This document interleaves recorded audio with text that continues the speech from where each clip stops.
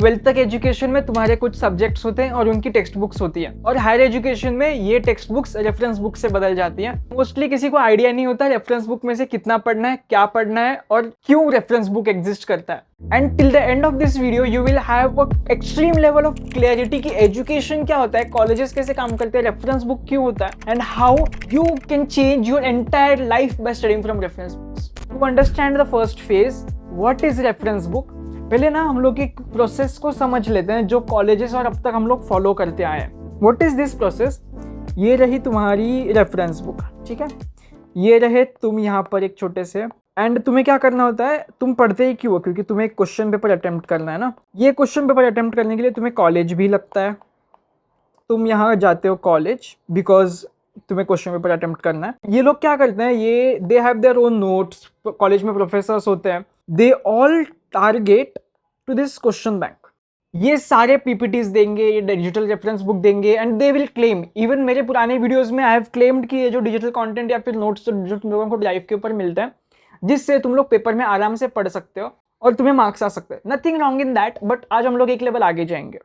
इस पेपर में ना मे बी तुम्हें 9.5 पॉइंटर आए, मे बी तुम्हें 8 पॉइंटर आए, मे बी तुम फेल हो जाओ या फिर तुम बहुत बढ़िया स्कोर कर जाओ, लेकिन तुम्हें कुछ चीज़ें समझ में नहीं आती है। लाइक जब तुम पढ़ते हो पेपर के लिए, यू हैव क्वेश्चंस कि यार मैं कर ही क्यों रहा हूँ, ये करके मुझे मिलेगा क्या, लाइक ये सब मैं क्यों पढ़ रहा हूँ, जैसे लिनक्स पढ़ रहा हूँ, मैं क्यों पढ़ रहा हूँ। आज ये सारे क्वेश्चंस हम यहाँ आंसर करेंगे कि why reference book are there, how is it made actually, कि रेफरेंस बुक बनती कैसे। तुम्हें इस प्रोसेस के बारे में तो बहुत अच्छे से पता है, जैसे अब तक तुम पढ़ते आ रहे हो, इसमें नया कुछ नहीं है। अब मैं तुम लोगों को एक रेफरेंस बुक के नीचे वाली स्टोरी बताता हूँ। इसे समझने के लिए हम लोग एक एग्जाम्पल लेते हैं, एक ऐसी कंपनी लेते हैं जिससे तुम सब फेमिलियर हो, जिसके ऊपर तुम्हें टाइम पास करना बहुत पसंद है, वो है नेटफ्लिक्स। एंड ये जो मैं बता रहा हूँ, this is not only a story कि मैं तुम लोगों को कन्विंस करने के लिए बता रहा हूँ, this is an actual real world example. तो बेसिक क्वेश्चन अभी नेटफ्लिक्स को लेकर, what does Netflix do. Netflix एक स्ट्रीमिंग प्लेटफॉर्म है जिसके अंदर बहुत सारे वीडियोज होते हैं और वो हम लोग बिंज वॉच कर सकते हैं। ये यहाँ पर लोग है, ऑडियंस है, उन्हें कंटेंट देख रहे हैं नेटफ्लिक्स के प्लेटफॉर्म के ऊपर। अ सिंपल बिजनेस स्टेटमेंट, उनको क्या करना है, उनको उनका रेवेन्यू बढ़ा करना है, उनको ज़्यादा प्रॉफिट्स चाहिए। ज़्यादा प्रॉफिट तब आएंगे जब ज़्यादा लोग अंदर ज्वाइंट होंगे, और ज़्यादा लोग अंदर तब ज्वाइंट होंगे जब ज़्यादा कंटेंट होगा। अब उनको ज़्यादा कंटेंट प्रोड्यूस करना है, तो कंटेंट प्रोड्यूस कैसे होता है, बैकएंड में देस मूवी डायरेक्टर जो कि मूवी डायरेक्ट करेगा, एंड प्रोडक्शन हाउस वगैरह वो सब होंगे, they will make a movie. एक मूवी बनने के लिए मे बी 1 to 2 years का टाइम लगता है, एंड देन मूवी बनने के बाद it will go through checks, it will go through certification board, फिर उनके ऊपर एक चाइल्ड मार्क है, एडल्ट फिल्म है, कौन सी फिल्म है उसके ऊपर ही मार्क जाएगा, इट विल टेक टाइम। तब तक ये ऑडियंस कैसे बैठे रहेंगे नेटफ्लिक्स का सब्सक्रिप्शन पे करके। व्हाट नेटफ्लिक्स डिड कि उन्होंने नेटफ्लिक्स को बहुत सारे छोटे छोटे हिस्सों में डिवाइड कर दिया, हिंदी, तेलुगु, ग्लोबल। अब इसको इंडिपेंडेंट कैसे करेंगे, दे made a rule book, simple rule book कि मूवीज है, इसे ये रूल्स बुक फॉलो करने, इसे ये कैमरा होना चाहिए, ये इसका एडल्ट सर्टिफिकेशन होना चाहिए। अगर ये सब ठीक है तो ये it can be uploaded on Netflix. Netflix has a lot of servers, तो यहाँ सर्वर्स होंगे अंदर बहुत सारे, and they can upload the movie directly on to the server and people can stream from here. Netflix ने अपनी company को छोटे छोटे टुकड़ों में डिवाइड कर दिया, इन सारे छोटे छोटे टुकड़ों को इंडिपेंडेंट डिक्लेयर कर दिया। हर एक बार एक इंसान के पास जाने की जरूरत नहीं है सबको, अगर तुम एक रूल बुक सही से फॉलो कर रहे हो तो you can directly upload on Netflix. अब दूसरी कॉर्पोरेट कंपनी आई, उन्होंने देखा कि यार नेटफ्लिक्स के पास तो बहुत कंटेंट है, व्हाट नेटफ्लिक्स, ऐसा हो नेटफ्लिक्स ने क्या किया, तो इन्होंने देखा कि नेटफ्लिक्स ने डिसीजन पावर को स्प्लिट कर दिया और सबको थोड़ा थोड़ा डिसीजन दे दिया और सारा सिस्टम इंडिपेंडेंट कर दिया कि चाहे एक चीज़ फेल हो जाए उसकी वजह से दूसरों को इतना फर्क नहीं पड़ेगा। तो कॉर्पोरेट वाले लाइक कि हम लोग भी इसे इम्प्लीमेंट करेंगे बॉस।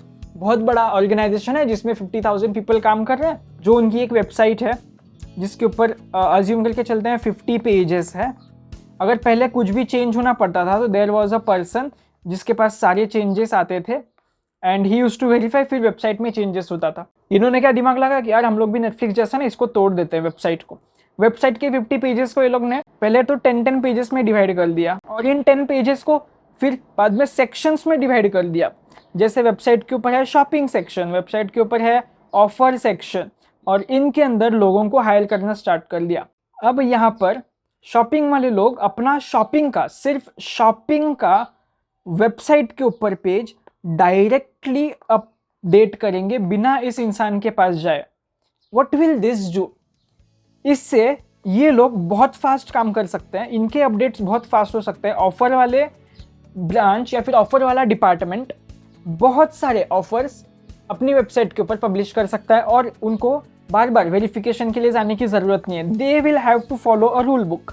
अब आगे क्या होएगा पता है? अब आगे एक जन आएगा, वो बोलेगा कि यार ये दोनों कॉर्पोरेट कर क्या रहे हैं, इनका बिजनेस इतना ग्रो हो रहा है, इनके वेबसाइट्स इतने फास्ट अपडेट हो रहे हैं, लाइक इतने फास्ट ये लोग काम कैसे कर पा रहे हैं ज़िंदगी में इनके। फिर ये इनका बिजनेस एनालाइज करेगा कि ये लोग ऐसा क्या कर रहे हैं। वो एक डॉक्यूमेंटेशन बुक बनाएगा जो आंसर करेगी what are this companies doing, how are they doing, most importantly why are they doing, what's that business statement, उनका बिजनेस प्रॉब्लम क्या है, हाउ एनीवन कैन इम्प्लीमेंट। ये अपने बुक में वो आंसर करेगा और वो हो जाएगी रेफरेंस बुक। अब ये बंदा इसे कैसे जज करेगा इस सिनेरियो को कि व्हाट नेटफ्लिक्स डिड। नेटफ्लिक्स ने क्या किया कि उनके जो सर्विसेज है उन्हें छोटे छोटे छोटे छोटे छोटे छोटे टुकड़ों में डिवाइड कर दिया। उन्होंने सर्विसेज को माइक्रो सर्विसेज में कन्वर्ट कर दिया। So what did he name it? उसने क्या लिंगो यूज किया? Micro service. He name it micro service. He name it. And did corporate care? Did this people care कि इसे क्या बोलते हैं? नो, उन्हें फर्क नहीं पड़ता इसे माइक्रो सर्विस बोलो या फिर मेजर सर्विस बोलो। दे जस्ट वांटेड कि उनका बिजनेस ग्रो हो और उनको फास्ट सॉल्यूशंस मिले। एंड इसके बाद अपनी story simple, he made a book जिसमें उसने सारा सब कुछ डॉक्यूमेंट कर दिया, ऑल द टेक्निकल डिटेल्स कि how Netflix did manage there server system, फिर उन्होंने अपने सर्वर्स को कैसे मैनेज किया, इस डिवीजन को ये ध्यान में रखते हुए कि इंडिया का कंटेंट सिर्फ इंडिया में ही दिखे।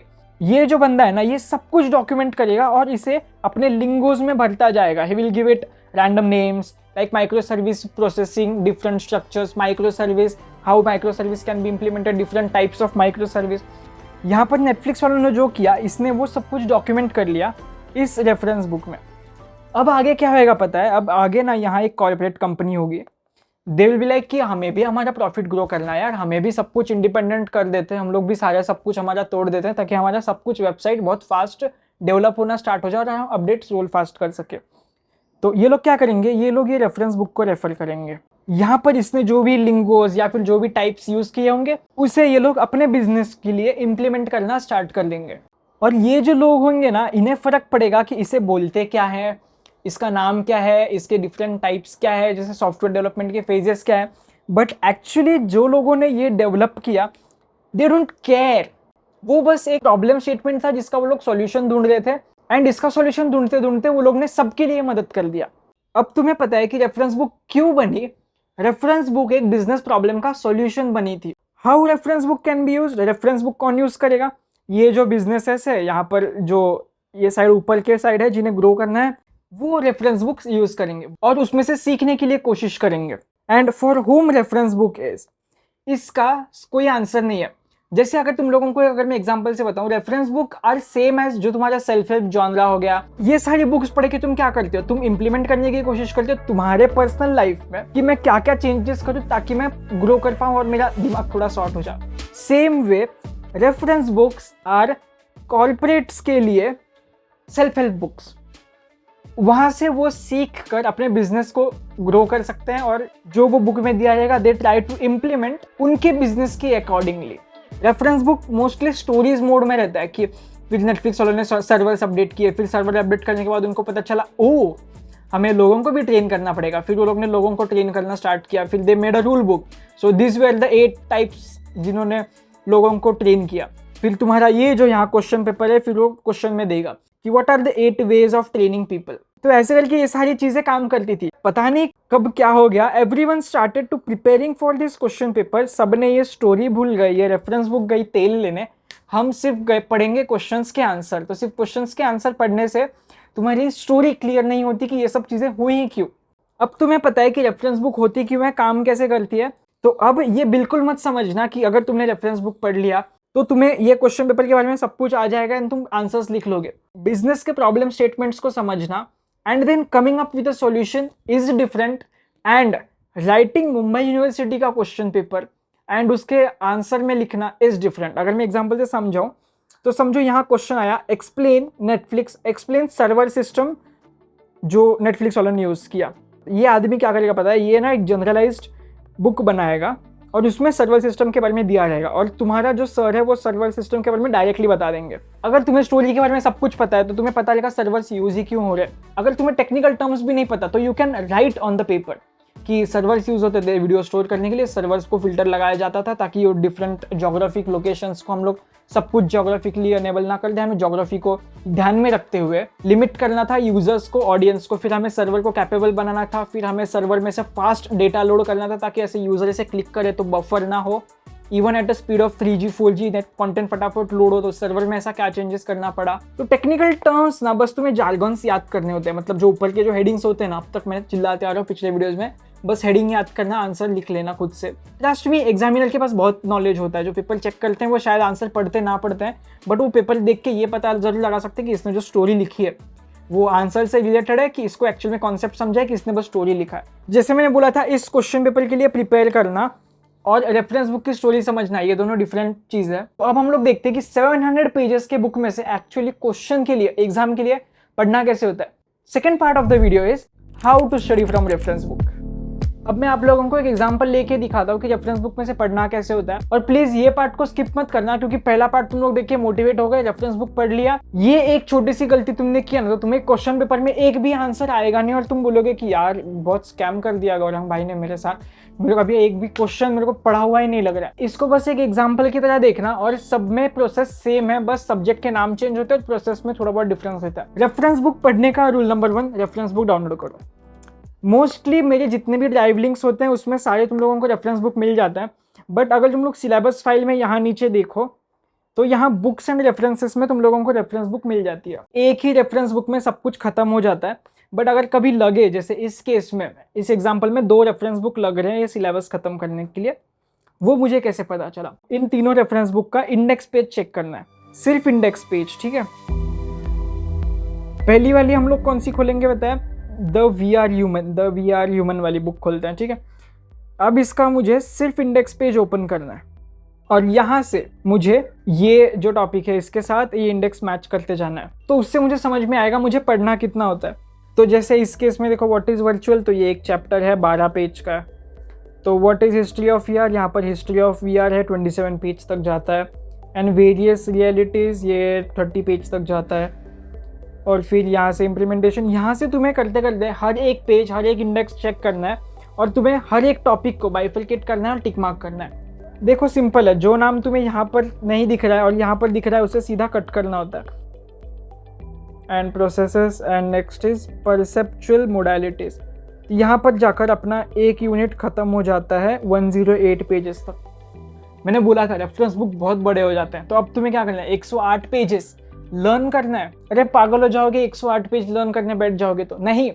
अब यहाँ पर मैं आप लोगों को बताता हूँ how to remember what you learn.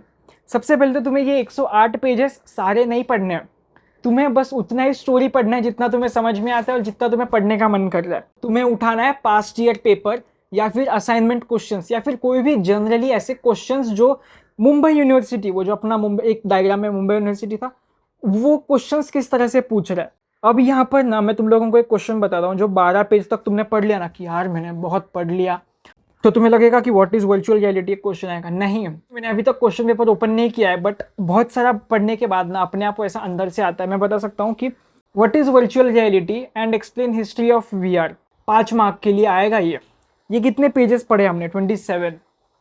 तो मुझे क्या लिखना है पेपर में, पेपर में मुझे लिखना है डेफिनेशन, वीआर इज इन दोनों को मिला के एक छोटा सा पॉइंट, और फिर मुझे हिस्ट्री में 1800, 1900, 200।